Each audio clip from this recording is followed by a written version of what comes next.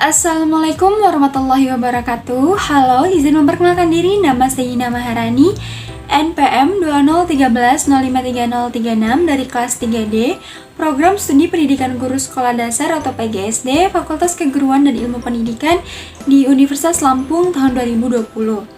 Di sini saya akan mempraktekkan tugas mengapresiasi karya sastra audiovisual, yaitu film Serdadu Kumbang, yaitu mengapresiasi unsur-unsur intrinsik dan ekstrinsiknya. Baik, di sini saya langsung memulai saja. Halo, apa kabar anak-anak semua? Hari ini kita akan mempelajari dan mengapresiasi sebuah karya sastra berbentuk audiovisual. Ada yang tahu nggak ya, apa sih karya sastra yang berbentuk audiovisual?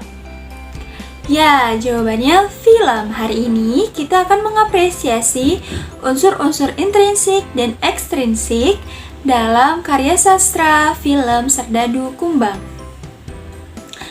Nah, sebelum kita mengapresiasi, kita akan menonton terlebih dahulu nih film dari Serdadu Kumbang. Nah, berikut Ibu tampilkan cuplikan dari film Serdadu Kumbang.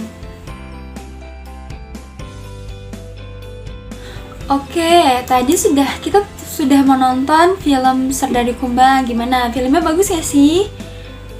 Bagus, Bu. Oke.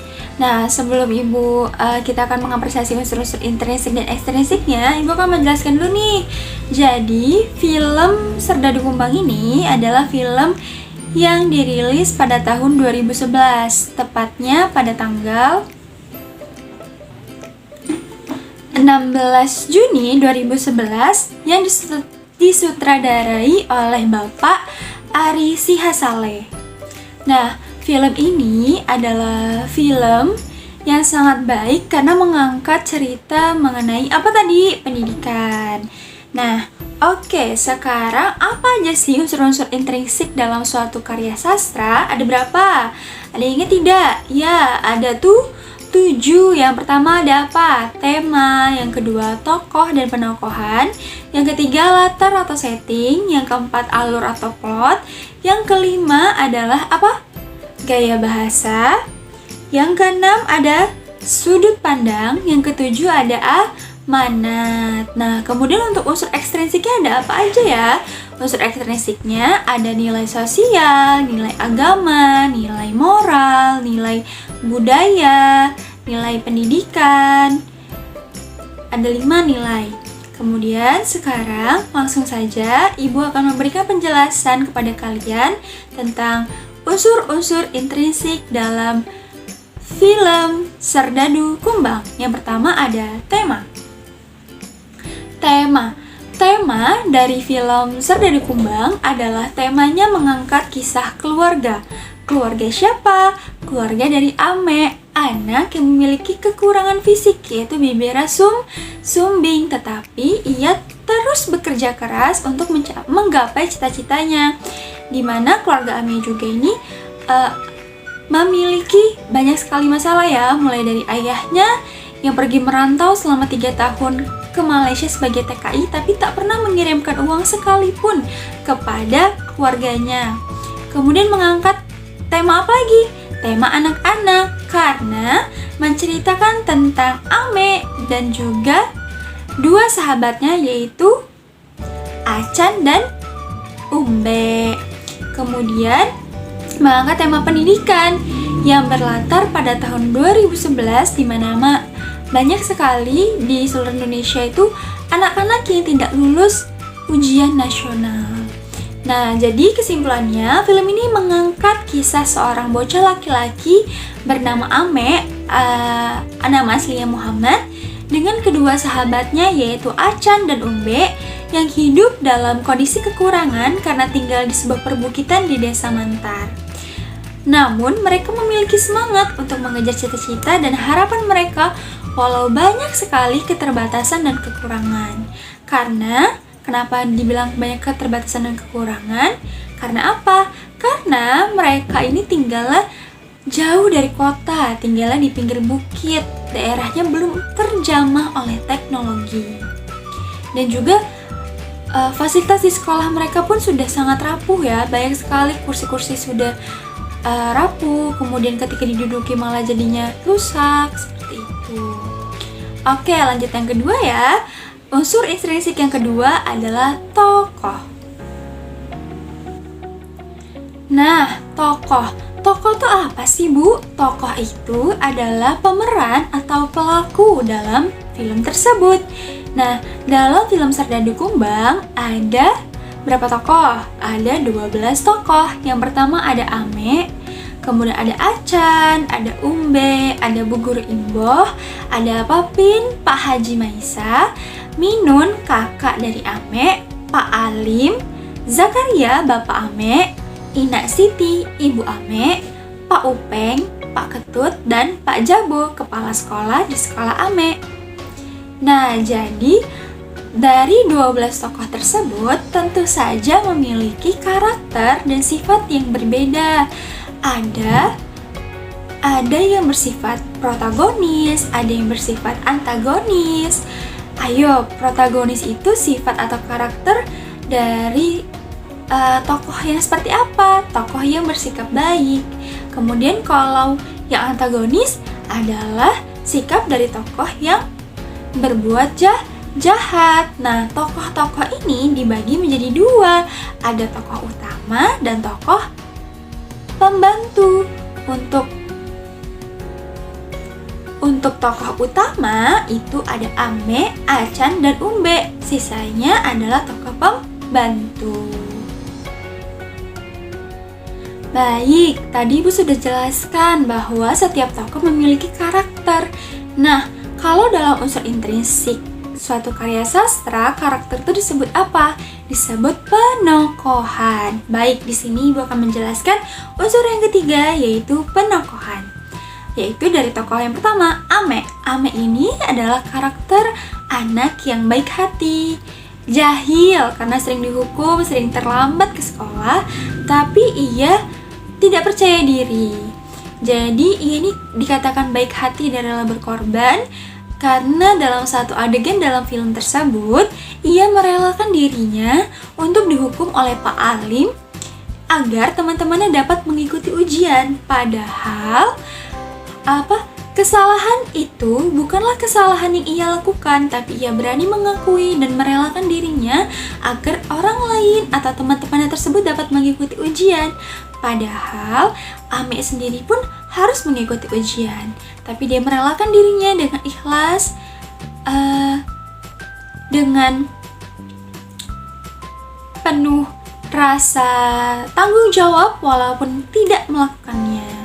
Kemudian ia pun sebenarnya anaknya rajin, pintar, tapi ia tidak percaya diri. Ini dibuktikan ketika salah satu adegan, yaitu ketika Bu Imbo bertanya kepada teman-teman di kelasnya. Bu Imbo bertanya, apa cita-cita kalian? Teman-temannya beramai-ramai mengucapkan apa cita-cita mereka. Ada yang jadi polisi, ada yang jadi ustazah, ada yang jadi guru, ustadz, kemudian ada yang mau punya rumah makan. Nah, ketika Ame ditanya oleh Bu Imbo, Ame hanya terdiam. Dia tidak mau mengatakannya, padahal dia memiliki cita-cita. Cita-cita Ame adalah menjadi penyiar berita TV terkenal. Tapi ia tuh malu dan ragu, tidak percaya diri karena fisiknya tadi yang tidak sempurna, bibirnya yang sumbing, sehingga ia menjadi malu, takut, malah ditertawakan oleh teman-temannya. Kemudian ada Acan dan Umbe. Acan dan Umbe ini sifatnya sama ya, pantang menyerah, selalu semangat, dan setia kawan. Dibuktikan ketika Ame membutuhkan bantuan, Ame sedang sedih, mereka selalu hadir, mereka selalu pergi bersama, kemudian membantu Ame ketika disuruh ibunya membeli es batu kota, mereka menemani Ame, kemudian pantang menyerah dan selalu semangat, meskipun sering sekali dihukum, meskipun sering sekali berbuat nakal, tapi mereka tetap semangat untuk belajar, dan selalu semangat untuk mengejar cita-citanya. Kemudian ada Bu Guru Imbo. Bu Guru Imbo ini adalah sosok guru yang penyabar, lemah lembut, dan murah senyum. Kenapa? Karena Bu Imbo tidak pernah berkata kasar, tidak pernah berkata dengan nada tinggi ketika mengajarkan kepada siswanya. Ketika siswanya salah pun, ia tidak langsung memarahi, tapi memberikan nasihat, memberikan masukan secara perlahan mendekati siswanya. Nah, ini dibuktikan ketika Ame dan teman-temannya ini hendak bolos sekolah, kemudian mereka pergi ke tepi pantai. Kemudian ketemu dengan Bu Imbo. Bu Imbo memberitahu bahwa tidak boleh seperti itu. Kalian harus belajar meminta maaf, harus menghormati orang yang lebih tua, seperti itu. Dengan lemah lembut dan selalu murah senyum. Dan juga Bu Imbo ini adalah sosok yang selain mengajar anak-anak, beliau juga mengajar para lansia untuk belajar membaca, menulis, berhitung. Karena di daerah Sumbawa tersebut masih banyak sekali masyarakat yang tidak bersekolah. Kemudian penokohan untuk tokoh yang kelima, yaitu Papin atau Pak Haji Maesa. Sikapnya sangatlah bijaksana, penyabar, dan penyayang. Terbukti ketika ia marah, ia tidak langsung memarahi anaknya. Kemudian ia akan memberitahu dengan cara yang lain. Contohnya, di salah satu adegan dalam film tersebut, ketika Ame yang emosi atau sedang menonton TV tapi dimarahi oleh kakaknya dan ibunya karena selalu menonton TV dan tidak belajar, ia lantas pergi ke surau menemui Papin. Nah, ketika sampai ditanya oleh Papin, Ame, apakah kamu sudah sholat? Sudah sholat Isya atau belum? Tanya seperti itu. Kata Ame, sudah Papin, saya sudah sholat di rumah. Tetapi setelah itu, Papin bertanya lagi kepada Ame, Ame, ada berita apa hari ini ya? Ame langsung menjelaskan secara rinci dan jelas. Papin pun tertawa, dan ia pun langsung mengerti bahwa Ame tidak sholat, karena tidak mungkin sholat sambil menonton TV. Kemudian, Papin langsung berkata seperti ini, wah, kalau begitu, Papin juga maulah sholat sambil nonton TV, sambil bergegas ingin beranjak dari perkumpulan surau. Kemudian Ame langsung bergegas berlari menemui Papin dan berkata, mohon maaf Papin, saya memang tidak sholat. Dia mengakui kalau dia telah berbohong. Nah, cara yang dilakukan oleh Papin ini sangatlah bijak dengan tidak langsung memarahi anak, tetapi membuat anak itu sadar sendiri atas apa yang telah ia lakukan itu salah, dan membuat mereka tuh menjadi sadar dan menjadi pribadi yang lebih baik. Serta Papin juga sangat menyayangi anak-anak didiknya. Kemudian ada Minun. Minun adalah kakak perempuan dari Ame. Sifatnya adalah sangat pintar, sangat pula menyayangi adiknya dan juga rela berkorban. Kenapa dapat dikatakan pintar? Karena kakak dari Ame ini berkebalikan dari Ame yang malas belajar. Nah, kalau Minun ini adalah siswa terpandai di kabupaten tersebut karena sudah meraih banyak sertifikat, penghargaan, kemudian medali penghargaan dan lain sebagainya yang dibuktikan terpampang di ruang tamu rumah Ame. Kemudian sangat menyayangi adiknya dan juga rela berkorban. Kenapa? Karena di salah satu situasi, yaitu ketika ayahnya telah pulang kembali ke Sumbawa, ke kampung halamannya bertemu keluarga Ame, ayahnya ini menipu. Ayahnya menjual jam, tetapi jam tersebut ternyata jam palsu. Kemudian orang yang ditipu tidak terima, akhirnya menyita kuda kesayangan Ame dan Minun, yaitu Smodeng. Nah, kemudian karena setelah kuda itu diambil, Ame menjadi malas-malas belajar, kemudian tidak mau belajar, padahal sebentar lagi ujian nasional. Akhirnya Minun membujuk Ame dan berkata bahwa jika kamu lulus ujian, aku akan menebus Modeng, kata dia gitu. Nah, kemudian si Ame bertanya, bagaimana caranya kamu menebusnya, Kak? Kan kita tidak punya uang. Nah, tapi Minun menjawab, aku memiliki tabungan. tabungan untuk melanjutkan sekolahnya ke jenjang SMU karena Kak Minun ini sudah SMP. Dia merelakan uang tabungannya untuk sekolah demi menebus semodang si kuda kesayangan mereka berdua agar adiknya ini mau lagi semangat belajar. Itu sangat baik ya. Kemudian ada Pak Alim. Pak Alim ini sifatnya sangat atau karakternya adalah guru yang keras, arogan, disiplin, kasar terhadap siswa. Terbukti setiap ada siswa yang terlambat, dia selalu menghukum siswa tersebut secara berlebihan hingga membuat siswa tersebut pingsan seperti berlari mengelilingi lapangan. Sebenarnya tidak apa jika hanya satu kali. Ini sudah terlalu keras terhadap anak karena kalian adalah anak-anak masih usia sekolah dasar yang tidak patut untuk diberikan kekerasan. Kemudian nada bicara dari Pak Alim ini nadanya selalu tinggi, padahal beliau ini adalah sosok guru yang mengajar di tingkat sekolah dasar yang anak-anaknya sangat tidak boleh diberikan kekerasan baik secara lisan maupun secara perilaku seperti itu. Jadi tidak boleh contoh ya sikap dari Pak Alim. Kemudian ada Zakaria, bapaknya Ame. Bapaknya Ame ini adalah sosok seorang bapak atau laki-laki yang suka bohong, kemudian sombong dan juga lupa diri. Terbukti selama 3 tahun ia pergi merantau ke Malaysia, ia tak pernah sekalipun mengirimkan uang kepada keluarganya.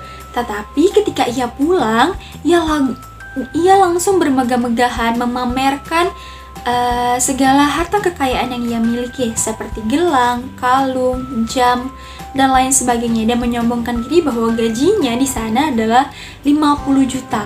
Padahal ayah Ame ini pekerjaannya hanya seorang TKI atau pembantu yang gajinya tidak seberapa.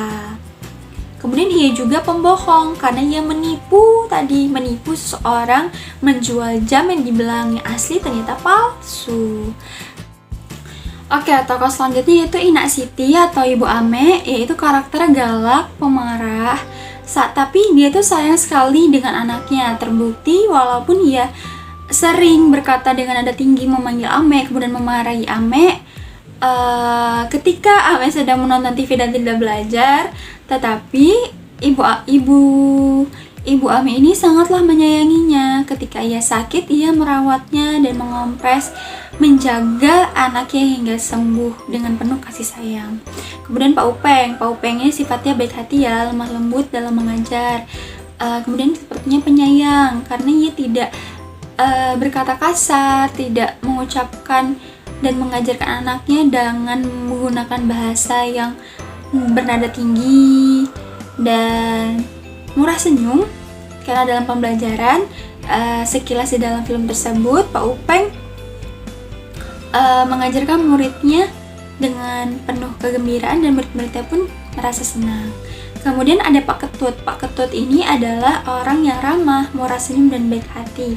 Terbukti bahwa ketika ialah orang yang menolong Ame agar dapat dioperasi, yaitu dioperasi bibir sumbingnya.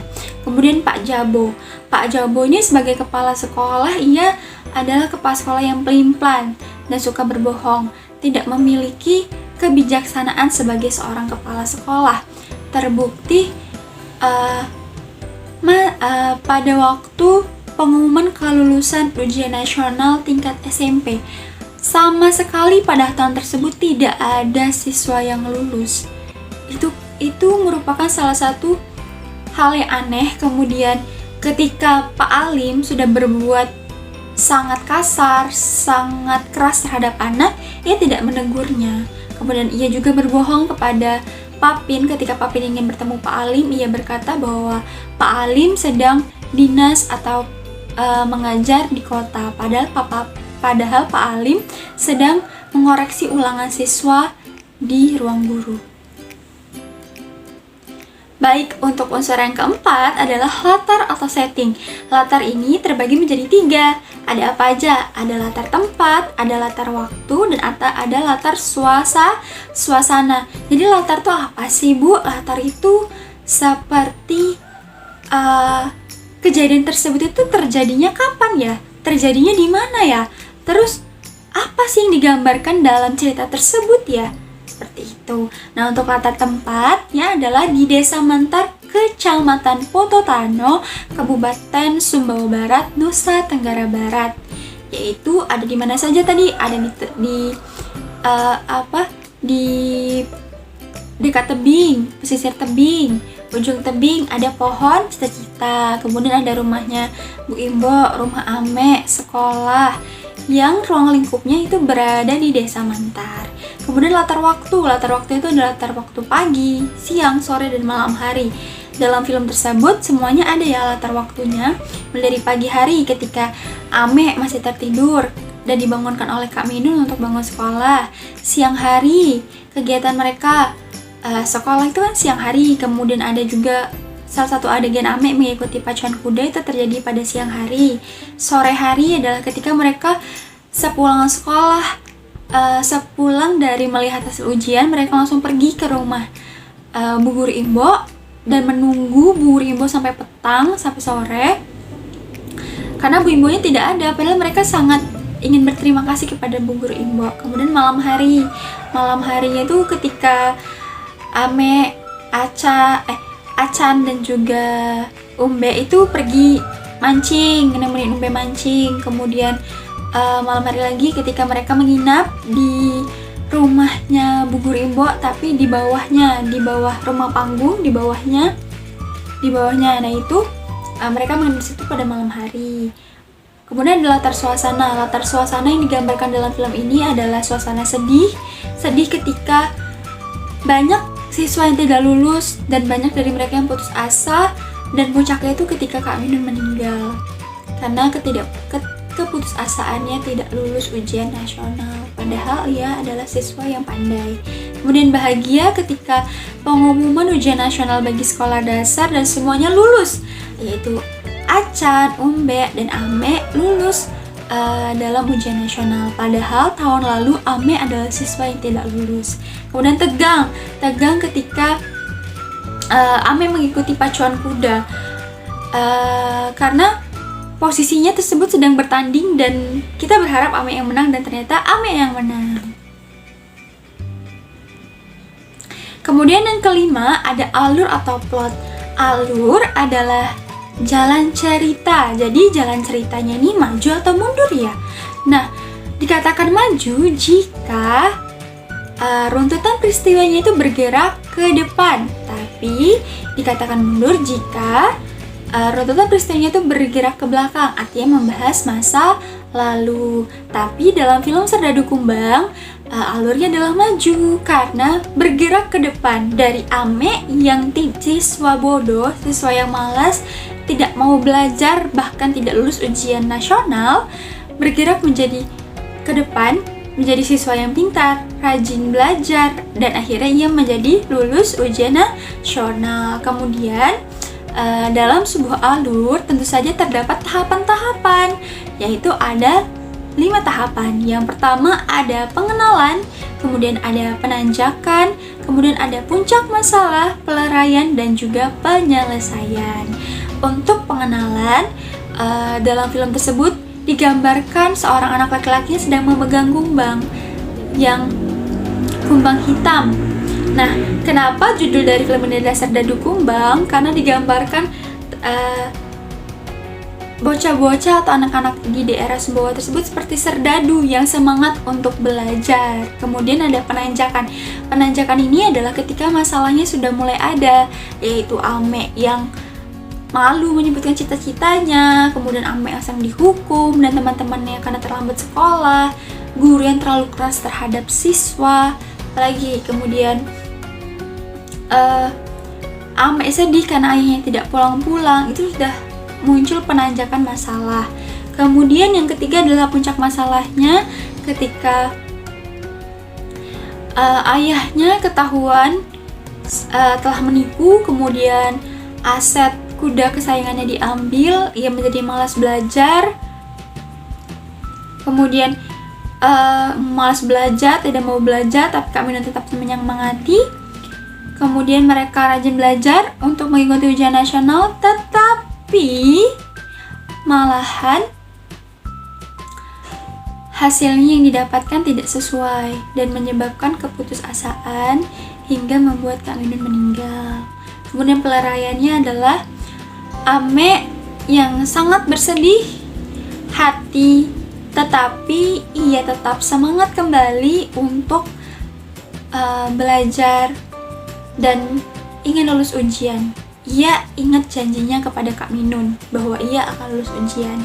Kemudian penyelesaiannya adalah Ame lulus ujian dan teman-temannya lulus ujian, serta Ame mendapatkan pengobatan untuk mengoperasi bibir sumbingnya. Nah, unsur intrinsik yang keenam ada sudut pandang. Sudut pandang diartikan sebagai tempat si penulis. Jadi penulis ini sebagai pengamat ataukah sebagai pelakon juga ya. Nah, dalam sudut pandang ada dua, ada sudut pandang orang pertama dan sudut pandang orang ketiga. Sudut pandang orang pertama jika penulis atau pengarang bergerak sebagai pelaku juga dalam cerita tersebut, ditandai biasanya dengan menggunakan kata ganti saya, aku, nama saya, kemudian dia, atau berkaitan dengan hal orang-orang terdekat si penulis. Kemudian kalau sudut pandang orang ketiga, penulis menempatkan dirinya hanya sebagai pengamat dan biasanya menggunakan nama orang lain dalam pemeran dan atau lakon tokoh dalam film dalam karyanya, dalam karya tersebut. Nah, untuk sudut pandang dalam film Serdadu Kumbang itu menggunakan sudut pandang orang ketiga karena sudah pasti ya nama dari penulis filmnya saja berbeda dengan nama-nama yang ada di ceritanya.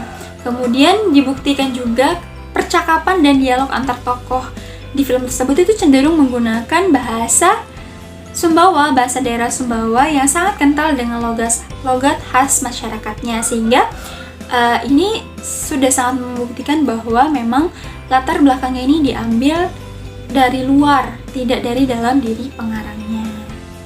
Kemudian sekarang unsur yang ketujuh. Unsur yang ketujuh yaitu apa? Gaya bahasa.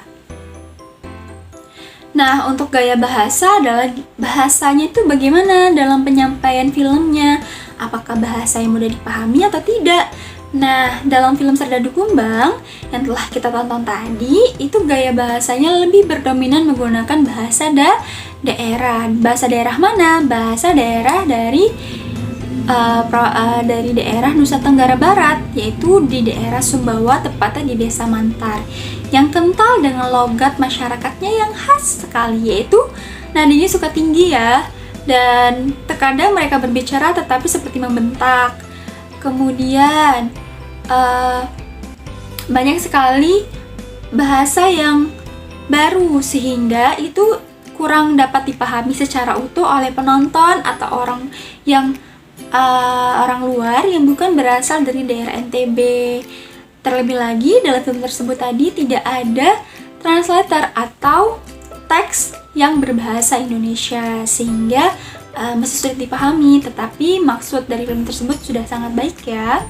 Oke, lanjut ke unsur yang ke-8 yaitu amanat. Nah, untuk amanat adalah apa sih yang dapat kita ambil? Apa sih maksud tujuan dari film tersebut? Amanat apa sih yang ingin disampaikan? Nah, amanat yang disampaikan dari film Serdadu Kumbang adalah tentang pentingnya pendidikan. Kenapa? Karena kita tak perlu takut jika kita merasa kurang atau memiliki keterbatasan, diremehkan seperti apapun. Jika kita belajar, jika kita tetap semangat dan memiliki tekad yang kuat untuk menggapai cita-cita dan harapan yang kita miliki, percaya bahwa semua itu pasti akan dapat kita capai. Dan jangan pernah malu dan ragu untuk terus belajar. Seperti Ame yang telah diremehkan bahwa ia tidak akan lulus lagi karena tahun kemarin dia tidak lulus, tapi nyatanya sekarang dia sudah lulus ujian nasional dan juga sudah menjadi pribadi yang lebih Baik. Oke, tadi sudah ada 8 unsur intrinsik. Ada apa aja? Ada tema, tokoh penokohan, ada latar atau setting, alur atau plot, kemudian apa lagi? Sudut pandang, gaya bahasa, dan amanat. Oke, sekarang kita akan masuk dengan unsur-unsur ekstrinsik. Apa sih unsur-unsur ekstrinsik itu? Unsur-unsur ekstrinsik adalah unsur-unsur yang berasal dari luar. Artinya bukan sebagai pembangun cerita, berasal dari luar. Jadi tidak menjadi fokus utama dalam cerita, namun tersisipkan atau ada unsur-unsurnya di dalam cerita tersebut. Nah, dalam film Serdadu Kumbang, unsur ekstrinsik apa saja sih yang ada di dalamnya? Nah, baik, unsur ekstrinsik dalam film Serdadu Kumbang, Ibu sudah menangkap ada 5 nilai. Yang pertama adalah nilai pendidikan. Ya, karena tadi dari amanatnya saja tentang pentingnya pendidikan. Di mana digambarkan bahwa pendidikan di Indonesia memanglah sekarang ini buruk ya nak, karena masih banyak sekali oknum-oknum pendidik yang tidak bertanggung jawab. Mereka terkadang melakukan hal-hal kasar terhadap siswa, berkata kasar, berarogan, berniat beralibi di dalam kata disiplin tetapi bermaksud kekerasan. Kemudian juga banyak juga kepala sekolah yang tidak tegas dalam menindaklanjuti terhadap adanya kekerasan siswa. Kemudian menggambarkan bahwa pendidikan itu juga tidak harus selalu dengan marah. Mengajar itu tidak harus dengan kaku gitu. Tidak harus terpaku dengan guru, tetapi juga kita sebagai guru harus mampu memberikan rasa nyaman, rasa aman, rasa bahagia ketika mengikuti pembelajaran di sekolah dengan pembawaan yang lemah lembut, kemudian tidak berkata kasar, kemudian mendengarkan cerita anak, tidak langsung menuduh anak jika melakukan kesalahan. Nah, seperti itu nilai pendidikan yang dapat diambil dari film Serdadu Kumbang. Oke, sekarang nilai budaya. Nilai budaya. Tadi dalam film ada cuplikan Ame sedang melakukan kegiatan apa ya? Ada yang tahu? Iya, Ame sedang melakukan kegiatan balap kuda. Balapan kuda merupakan salah satu budaya dari daerah Sumbawa, Nusa Tenggara Barat. Karena kalau diperhatikan, rata-rata masyarakat itu memiliki ternak. Kalau tidak domba, ya kuda. Nah, dari hasil tersebut, mungkin mereka memiliki kesenian, yaitu balapan kuda. Nah, ini juga termasuk ke dalam nilai budaya, sehingga kita jadi tahu nih sekarang, oh ternyata di daerah Sumbawa tuh terdapat kesenian balapan kuda ya, budaya balapan kuda ya. Nah, seperti itu. Terus juga kita juga menjadi tahu bahwa jadi sekarang kita jadi tahu kan bahwa logat bahasa di daerah Sumbawa itu seperti itu. Nah, itu juga termasuk ke dalam nilai budaya. Kemudian ada nilai agama. Masyarakat di Sumbawa alhamdulillahnya banyak sekali sudah beragama Islam ya, tetapi masih saja ada masyarakat yang percaya dengan hal-hal gaib. Contohnya bapaknya Aida, temannya Minun, kakak dari Ame, yang ketika ujian bukannya anak disuruh belajar tetapi malah mendatangi kayak sejenis papin, kemudian percaya dengan menaburkan garam di depan kelas ketika hendak ujian. Nah, itu termasuk tindakan musyrik. Nah, di sisi agamanya juga kita diajarkan untuk selalu menjalankan ibadah sholat, kemudian tidak boleh bohong, kemudian selalu berkata jujur seperti yang diajarkan oleh papin kepada anak-anaknya. Kemudian nilai moral. Nilai moralnya adalah bagaimana sih cara kita, bagaimana Ame, Acan, dan juga Umbe serta teman-teman yang lainnya itu dididik untuk saling memaafkan, kemudian tidak menjadi anak yang nakal, tetapi lebih rajin belajar, kemudian tidak melawan dengan orang tua, tidak melawan dengan orang yang lebih tua. Karena di dalam satu scene, terbukti dalam satu scene ketika Bu Guru Imbo mendatangi dan menemui Acan, Umbe, dan Ame yang pada saat itu bolos sekolah karena sudah jenuh karena setiap sekolah selalu dihukum. Nah, Bu Guru Imbo ini memberikan nasihat bahwa tidak boleh seperti itu karena perilaku mereka itu termasuk perilaku yang tidak sopan. Mereka harus belajar memaafkan, kemudian harus belajar meminta maaf, terus harus belajar bagaimana sih berperilaku sopan terhadap orang yang lebih tua. Kemudian nilai sosialnya adalah tentang bagaimana sih kita dengan sesama kita maupun dengan manusia ataupun dengan hewan. Contohnya saja di keluarga Ame, Smodeng itu adalah seekor kuda, hanya seekor kuda, tapi Ame dan juga Minun serta keluarga sangat menyayangi Modeng. Nah, hal itu membuktikan bahwa kita dalam bersosial itu tidak boleh ya, namanya membeda-bedakan, tidak boleh saling meremehkan, tidak boleh pandang bulu. Siapapun itu harus saling menyayangi karena kita semua merupakan makhluk Tuhan yang diciptakan dengan keadaan yang baik. Jadi tidak boleh saling meremehkan, tidak boleh saling mengejek dan lain sebagainya. Oke, itulah tadi kegiatan mengapresiasi unsur-unsur intrinsik dan juga ekstrinsik dalam karya sastra audiovisual, yaitu film Serdadu Kumbang. Baik, jadi hari ini sudah pada paham ya apa itu unsur intrinsik dan apa saja sih unsur ekstrinsik itu. Baik, terima kasih untuk pembelajaran hari ini. Ibu cukupkan, terima kasih dan sampai jumpa lagi. Ibu akhiri, wassalamualaikum warahmatullahi wabarakatuh. Sampai jumpa.